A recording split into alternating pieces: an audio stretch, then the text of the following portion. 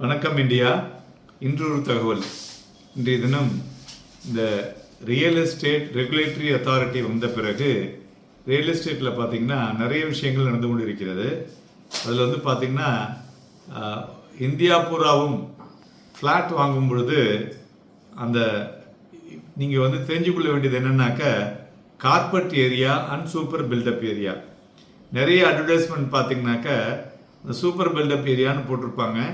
அதில் வந்து நிறைய விஷயங்களை உள்ளுக்குள்ளே விண்டோ ட்ரெஸ்ஸிங் சொல்லுவாங்க, அது மாதிரி பண்ணி வச்சுருப்பாங்க.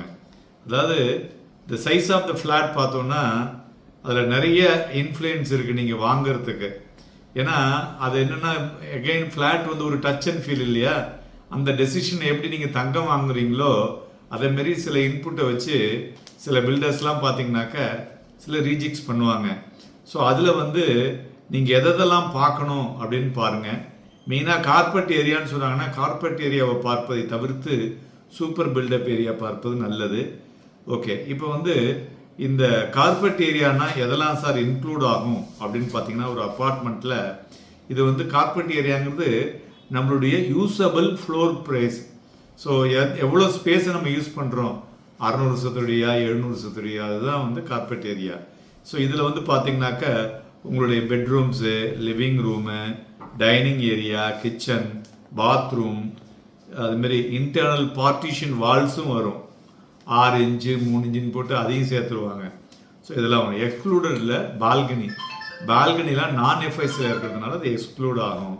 அதேமாரி verandas, then open terrace, common area of the building, இதெல்லாம் இதில் வராது.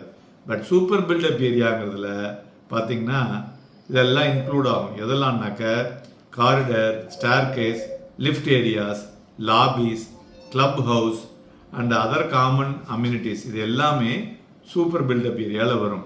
ஸோ அதனால் இந்த ஃப்ளாட் அட்வர்டைஸ்மெண்ட்டில் பார்த்தீங்கன்னா இந்த சூப்பர் பில்டப் ஏரியா வந்து ஒவ்வொருத்தரும் ஒவ்வொரு விதமாக சிக்னிஃபிகண்ட் பண்ணியிருப்பாங்க, டிஃப்ரெண்ட்டு.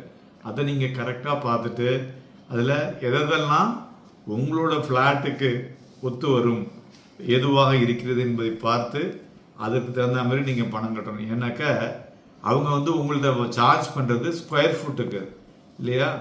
பட் சூப்பர் பில்டப்பில் வரும்போது சில ஏரியாவுக்கு வந்து அந்த அளவுக்கு வந்து அதில் வந்து அவங்க செலவு பண்ண வேண்டிய அவசியம் இருக்காது.